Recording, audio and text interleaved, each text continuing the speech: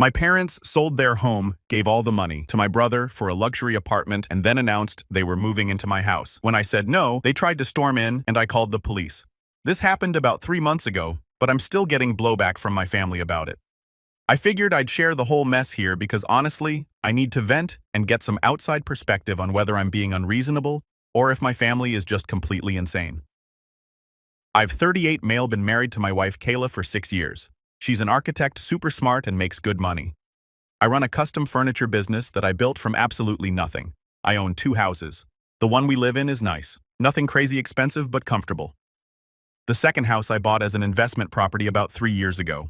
It's a smaller place, and I rented it out to this young couple, Max and Jenny. They pay on time, never cause problems, perfect tenants, basically. Now here's where my family comes in. My parents had 2 kids, me and my younger brother Elias, 35 male. And I swear to God, this guy has never worked a real job in his entire adult life. I'm not exaggerating. Since graduating college, which my parents paid for, obviously he's been bouncing between these ridiculous business ventures that always end up costing my parents money. Meanwhile, did I get family money when I wanted to start my business? Hell no. My dad actually told me it was too risky, and I should focus on getting a stable job with benefits.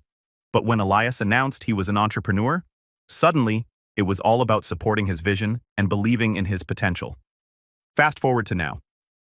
Elias is engaged to this woman Daphne, who is, let's just say she has expensive taste and zero understanding of where money comes from. This girl is always wearing new clothes, always traveling somewhere, always talking about their luxury lifestyle. On what income, you ask? Great question. As far as I can tell, Elias is currently between ventures again, which means he's living off my parents' generosity while he explores new opportunities. Daphne doesn't work either because she's focusing on wedding planning and building her brand. Her brand being posting selfies and makeup tutorials to her 847 Instagram followers. Here's where things went downhill. 3 months ago, my parents called me up all excited.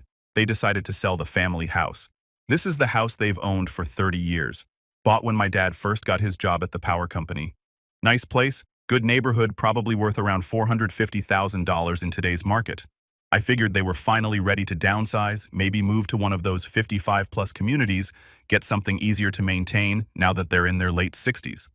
Made sense to me. So I'm on the phone with my mom and she's going on about how they got such a good price and how excited they are about this new chapter in their lives. I'm happy for them, they worked hard their whole lives. They deserve to enjoy retirement. Then she drops it on me. We gave all the money to Elias for his wedding gift. I'm sitting there thinking I must have misheard her. You gave him what now? All of it. $450,000. He found this beautiful penthouse downtown, and we wanted to help him start his new life with Daphne. I'm doing math in my head. If the penthouse cost more than $450,000, and they gave him everything from the house sale, where exactly did my parents plan to live? Turns out, Elias found this $1.2 million penthouse in the trendy part of downtown. One of those glass tower places with a concierge and everything. My parents gave him their entire life savings as a down payment, and he was going to finance the rest. On what income? Still a great question that nobody seemed to be asking.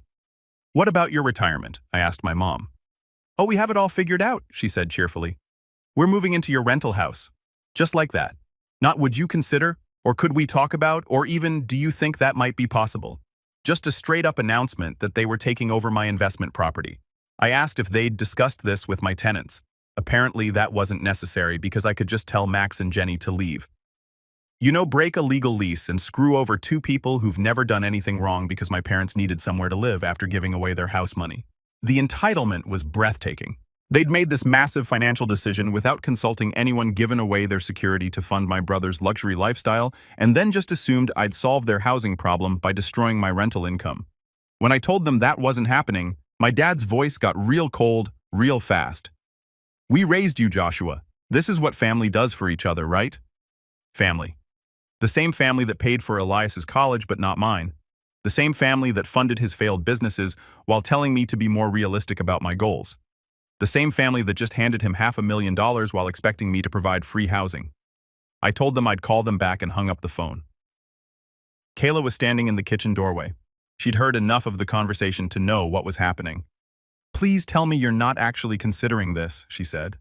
Not for a second, but I knew this was just the beginning. My parents don't take no for an answer, especially when they think they're entitled to something and they clearly thought they were entitled to my rental property. I had no idea how ugly this was about to get. I'm at the workshop last Tuesday when my phone starts blowing up. Max was calling. I almost don't answer because I'm trying to concentrate, but something made me pick up. Joshua, we need help. There are people at our front door claiming they own this house. My stomach drops immediately. What do you mean claiming they own it? They have suitcases and they're banging on the door telling us we need to pack up and leave. The woman is screaming that this is their house now and we're trespassing. I already knew who it was, but I asked anyway. Did they give you names? They said they're your parents. Of course they did. I told Max not to open the door under any circumstances and that I was on my way. Dropped everything. Didn't even turn off the Sanders. Just grabbed my keys and rushed out across town. The drive over there was surreal. I kept thinking maybe there was some misunderstanding. Maybe they were just confused about something. But deep down, I knew exactly what was happening. My parents had decided that since I wouldn't voluntarily hand over my rental property, they'd just take it. I pull up to the house, and sure enough, there's my mom and dad on the front porch with 2 big suitcases and a bunch of shopping bags. My mom is pounding on the door with her fist, while my dad stands there looking all authoritative, like he's the landlord showing up to collect rent. This is ridiculous, my mom is yelling. We know you're in there. Open this door right now. I can see Max and Jenny's curtains twitching. They're probably scared out of their minds, but they're smart enough not to answer. My parents see me coming and my mom immediately switches from angry to relieved. Joshua, thank goodness you're here. These people won't leave. Mom, what are you doing? We're moving in. We told you we needed somewhere to live. And I told you that wasn't happening. My dad steps forward with that stern expression he used to give me when I was a kid. Son, we've been staying at the Extended Stay America for 2 weeks, waiting for you to handle this situation. 2 weeks in a hotel, instead of, I don't know, looking for an apartment or calling a realtor or doing literally anything responsible adults do when they need housing. You've been staying at a hotel because you chose to sell your house and give the money away. I said that's not my problem to solve. We're your parents and they're my tenants with a legal lease. That's when my mom completely lost it. Started screaming about how ungrateful I was, how they sacrificed everything for their children, how a good son would take care of his parents. The whole neighborhood could hear her. My dad tried a different approach. Look, we already gave our notice at the hotel. Our checkout is today. We have nowhere else to go. Notice how that was supposed to be my emergency. They'd painted themselves into a corner and expected me to solve it by screwing over 2 innocent people. Max cracked the door open just enough to stick his head out. Is everything okay? Should we call someone? Everything's fine, I told him. My parents are leaving. We are not leaving, my mom shrieked. This is family property. That's when I lost my patience. This is my property. I bought it with my money from my business that I built with zero help from either of you. My dad started in with the guilt trip after everything we did for you. What exactly did you do for me, Dad? Because I'm having trouble remembering all this help you're talking about. He got flustered, started stammering about raising me and providing for me. I cut him off. You provided the legal minimum required to not get arrested for child neglect. Meanwhile, you're currently funding Elias's penthouse lifestyle while demanding I give you free housing. My mom was crying now, doing that thing where she makes herself the victim. Where are we supposed to go? Literally anywhere that isn't my rental property. The whole thing was insane. They'd created this problem themselves, ignored every reasonable solution, and were now trying to force me to fix it by destroying my business relationship with good tenants. Max spoke up again. Should I call the police? My parents both whipped around to stare at him like he'd suggested calling in an airstrike. You wouldn't dare involve the police in a family matter, my dad said. He absolutely would, I replied. And so would I. You're trespassing. That's when it got really ugly. My mom started screaming about how I was choosing strangers over family, how she was ashamed to have raised such a selfish son, how my dead grandmother would be rolling in her grave. My dad went for the throat. Your brother would never treat us like this. You're right. My brother would take your money and let you live in your car. At least I'm being honest about saying no. I turned to Max. If they're not off this property in 5 minutes, call 911. This isn't over, my dad said, as he grabbed one of the suitcases. They loaded their stuff back into their car. My mom crying the whole time about what a horrible son I was. The last thing I heard before they drove off was my dad yelling that I'd regret this. After they left, I apologized to Max and Jenny for the drama. Turns out they'd been hiding in their bedroom for 20 minutes before I showed up. Genuinely scared these crazy people were going to break down the door. I gave them my direct cell number and told them to call me immediately if my parents showed up again. I also told them I'd understand if they wanted to break their lease early after this harassment. But I knew my parents weren't done. People who think they are entitled to your property don't just give up because you said no once. They escalate. I just didn't realize how far they were willing to go. The next day, my phone started ringing, and I mean constantly, like every hour, on the hour, different numbers, different relatives, all with the same basic message. I'm a terrible son who's abandoning his parents. First call was from my Aunt Susan at 7 a.m. I'm barely awake. Coffee hasn't even finished brewing, and she's laying into me about family values and respect for elders. Apparently, my parents had called her crying about how their ungrateful son left them homeless. Joshua, how could you do this to them? They're your parents. I tried explaining the situation, but she cut me off. I don't want to hear excuses. Figure out a way to help them. Then she hung up on me. An hour later, my cousin Noah called. Haven't talked to this guy in probably 3 years. But suddenly, he's very concerned about my character. Same script. How could I abandon family? What kind of person chooses money over parents, blah blah blah? They raised you, man. You owe them. They raised my brother too. And he's the one with their money. I said that's different. How is it different, click? Another hang-up. This pattern continued all day. By noon, I'd gotten 8 phone calls and probably 15 text messages. The texts were the worst part. Long guilt trips about family loyalty, how my parents sacrificed everything for their kids, how I'm breaking their hearts. My phone kept buzzing every few minutes with another message from another relative who'd apparently been recruited for this campaign. Here's what really got me. Not one of these people asked for my side of the story. Not one of them said, hey, what's actually happening here? They all just accepted my parents' version of events and decided I was the villain. My cousin Phoebe sent me this long Facebook message about how my parents were living like refugees in a hotel, and how could I sleep at night knowing they were suffering living like refugees because they chose to sell their house and give the money away. I'm reading this stuff thinking, where were all these traditional values when my parents were funding Elias's lifestyle for the past 15 years? Where was the family concern when I was working 3 jobs to pay for college? But here's the thing that really pissed me off. Not one of these righteous family members offered to help my parents themselves. They all had very strong opinions about what I should do, but somehow none of them had spare bedrooms or guest houses. When I pointed this out to my Aunt Susan during her second call of the day, she got all flustered. Well, we don't have the space you have. I don't have space either. That's why I rent it to people. You have more money. There it was, the real reason. Because I busted my back and built a successful business, I was obligated to solve everyone else's problems. Because I'd been responsible with my finances, I should subsidize everyone else's bad decisions. By Wednesday, I'd had enough. I sat down that night and wrote the most comprehensive email of my life. Took me about 2 hours to get it exactly right. I wanted to be clear, factual, and impossible to misinterpret. Subject line setting the record straight, the full story. I started with the timeline. Parents sell house for $450,000. Parents give all money to Elias for penthouse down payment. Parents announce they're moving into my rental property without asking. I say no and offer to help them find appropriate housing. They refuse and demand I evict my legal tenants. Then I attached documentation, screenshots of text messages, photos of the lease agreement, even pulled up property records showing when I bought the house and how much I paid. I wanted everyone to see exactly what they were asking me to do. The email was probably 2,000 words long. I went through everything point by point, but the best part was the end. I listed every person who had called or texted me about family duty and obligation. Then I wrote, since everyone is so concerned about my parents' housing situation, I'm sure one of you will be happy to provide them with a place to stay. After all, family helps. Family, right?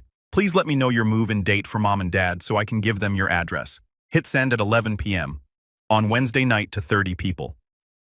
My phone was silent Thursday morning. First time in 3 days, I wasn't woken up by angry relatives. Around noon, I started getting responses. They fell into 3 categories. People who suddenly remembered they didn't really have space after all. People who went radio silent completely. People who doubled down and got even nastier. Uncle Bob was in category 3. Sent me this long reply about how I was destroying the family and turning my back on the people who made me who I am. Really dramatic stuff about dishonoring my ancestors and breaking the bonds of blood. I replied with one sentence. What's your move-in date? He never responded. The family Facebook group went completely silent. All those posts about duty and respect just disappeared. Funny how that works. By Friday, the phone calls had stopped. They must have figured out I wasn't backing down. Either way, the harassment campaign ended as quickly as it started. But I wasn't done yet. I had one more call to make. Called Elias directly Friday afternoon. He picked up on the first ring like he'd been waiting for it. "Josh, what the hell did you send to everyone?" "The truth? You got a problem with that. You're making the whole family look bad." We went back and forth for about 10 minutes. He tried every angle, how mom and dad needed help, how I was being selfish, how family should stick together. All the same thing I'd been hearing all week. Finally, I cut to the point. "You've got their money, Elias. You figure out their housing." I hung up and waited to see what would happen next. Didn't have to wait long. The first sign something was wrong came from my cousin Maria. She's basically the only family member who stayed neutral during the whole mess, probably because she's got her own thing to deal with and doesn't have time for drama. She texted me one random Tuesday afternoon. "Hey, did you know Elias is having problems with his penthouse purchase?" I hadn't heard anything, but it didn't surprise me. Financing a $1.2 million place when you've never had a steady job tends to be complicated. What kind of problems? I texted back. "Bank is asking for employment verification and income statements." Apparently that's harder to provide than he thought. No crap, Sherlock. Turns out banks actually want to see proof you can pay back massive loans. Revolutionary concept. Maria didn't have all the details, but over the next few weeks the story started coming together through the family grapevine. The bank had initially pre-approved Elias based on my parents' down payment and some projections about his consulting business. But when it came time for final approval, they wanted actual documentation, pay stubs, tax returns, bank statements, all that boring paperwork that proves you're not just some deadbeat looking to live beyond your means. Problem is, Elias didn't have any of that stuff because he doesn't actually make any money. His consulting business was basically him calling himself an entrepreneur and occasionally meeting people for coffee to discuss opportunities. No clients, no contracts, no revenue, just a website he'd paid someone to build and some business cards. The bank laughed him out of the office. Without the loan, he couldn't buy the penthouse. Without buying the penthouse, he couldn't get his deposit back. And that deposit, it was a big chunk of my parents' house money. But wait, it gets better. See, Elias and Daphne had been planning this massive wedding. We're talking 200 plus guests, fancy venue, open bar, the whole production. Because when you're living off your parents' retirement fund, why not go all out, right? The wedding venue wanted final payment 2 weeks before the ceremony. Elias called my parents asking them to cover it since they'd already invested so much in his future. My parents had to explain that they'd given him literally everything and were currently living in a one-bedroom apartment they could barely afford. So Elias started reaching out to family members for loans. I put that in quotes because we all knew he wasn't planning to pay anyone back. "Hey, I'm just short on the wedding venue payment. Could you help me out? It's just temporary until my business picks up." I got a text from him too. "Josh, I know we've had our differences, but I could really use your help with the venue payment. It's only $15,000. Only $15,000? Like that's pocket change." I didn't even reply. Apparently nobody else did either because the venue ended up canceling their booking 3 days before the wedding. Just straight up told them the room wasn't available anymore because payment hadn't been received. They ended up having the ceremony in Daphne's backyard. Half the guests didn't show up because of the last-minute venue change.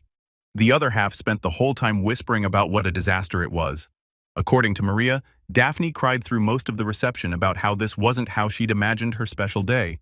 Meanwhile, the same week as their backyard wedding disaster, I closed on my third property. I'd been looking at this place for months, a small commercial building that needed some work but had great potential.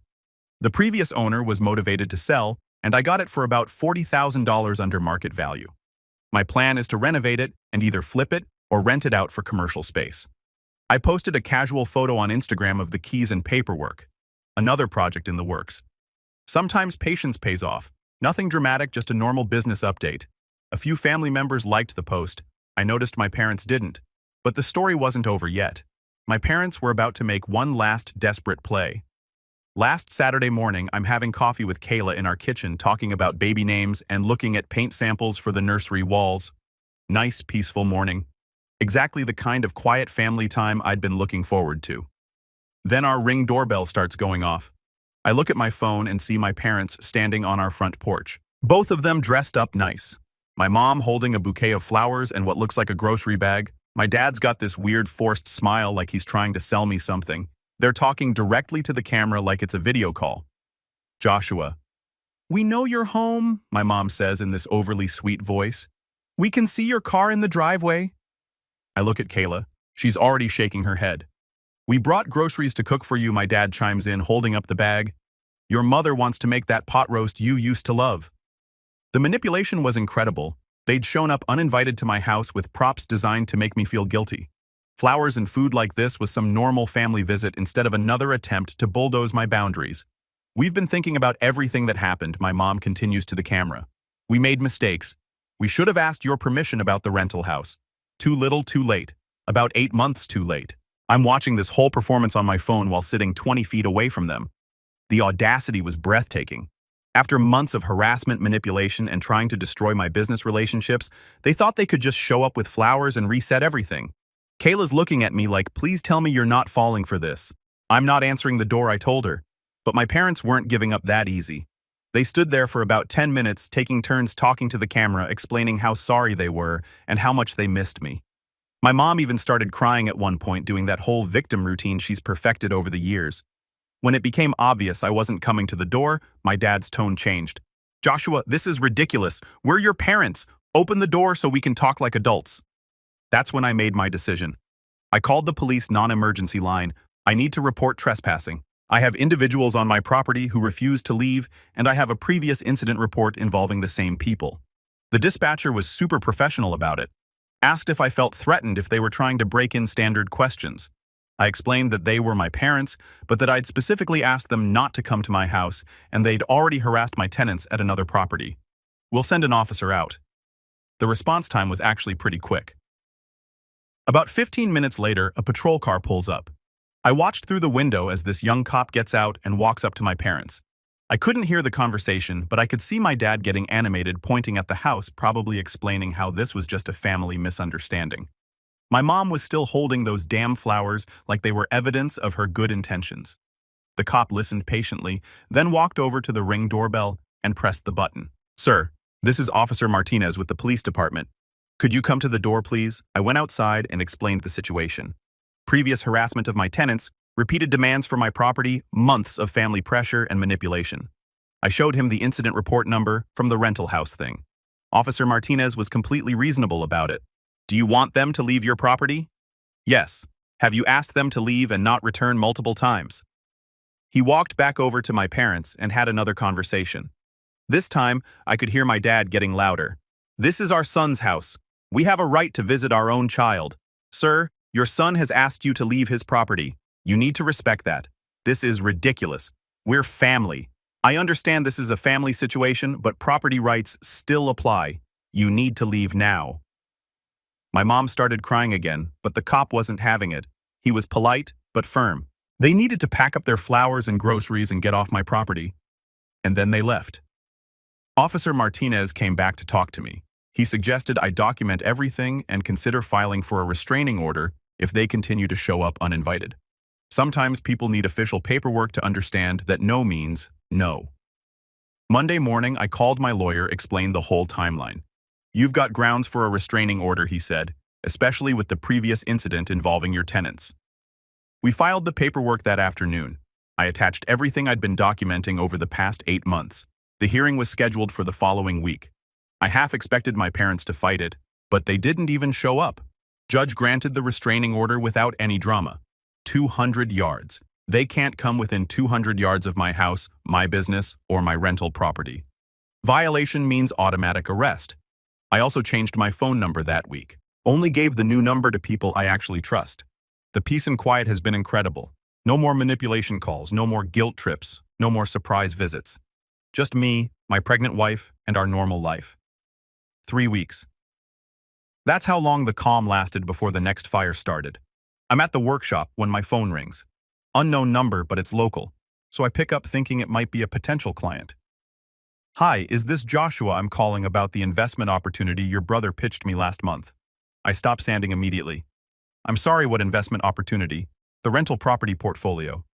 Elias said you guys were partners in a real estate business and you were looking for private investors. My blood goes cold. Can you hold on just a second? I step outside the workshop and find somewhere quiet.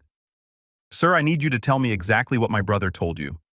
Turns out this guy David had met Elias at some networking event downtown. Elias introduced himself as co-owner of a successful property management company and started showing David photos on his phone of their portfolio. The photos were of my houses, my rental property, my personal residence, even the commercial building I just bought. Elias had been walking around town claiming he owned half my business. He said you guys had 3 properties currently generating income and were looking to expand. Asked if I'd be interested in investing $25,000 for a stake in the next acquisition. $25,000. This wasn't some small-time screw-up. This was serious fraud. Did you give him any money, I asked? I gave him $5,000 as a good faith deposit while I thought about the full investment. He said it would hold my spot in the deal. I felt sick. David, I need to tell you something. I don't have a business partner. I own those properties myself, and my brother has never invested a dime in anything I do. Long silence on the other end. Are you saying he scammed me? That's exactly what I'm saying, and you're probably not the only one. I got David's contact information and told him I'd call him back. Then I did something I probably should have done months ago. I Googled my brother's name along with my business name. The results made me want to punch a wall. There were business networking profiles where Elias listed himself as co-founder of my company. A LinkedIn page claiming he was partner and investment coordinator for my real estate business.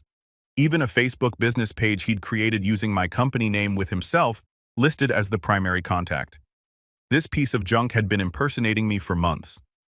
I started making calls first to my lawyer, then to David, to get more details about exactly what Elias had told him and what documentation he might have. David sent me screenshots of text conversations. He'd even sent David a fake contract with letterhead that looked suspiciously similar to my actual business documents. But the worst part, he'd been using my reputation to legitimize his scams, telling people they could verify the success of the business by driving by the properties or looking up the ownership records because the properties were real. They were just mine, not his. My lawyer's advice was simple. Document everything and call the police. This is identity theft and fraud, not family drama. That night, I sat down with Kayla and showed her everything I'd found. This is beyond family matter now, I told her. He's literally stealing my identity to con people out of money. Friday morning, I called the police and filed a fraud report. Brought all the documentation, David's screenshots, the fake business profiles, everything. The detective assigned to the case was actually pretty interested once he saw the scope of what Elias had been doing. We see a lot of family financial disputes, Detective Rodriguez told me, but this goes way beyond that.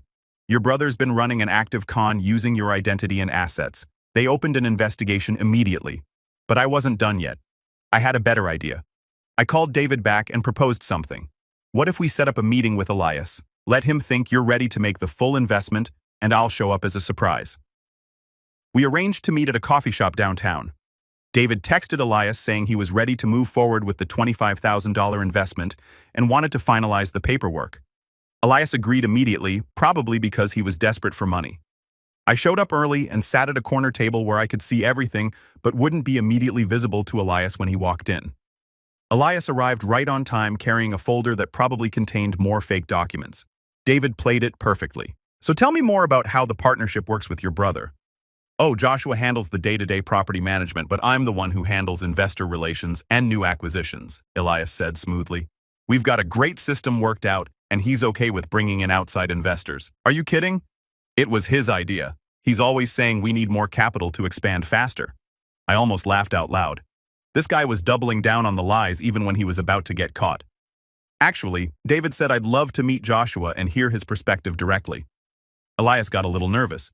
He's pretty busy with the properties, but maybe we can arrange something down the road. How about right now? That's when I stood up and walked over to their table.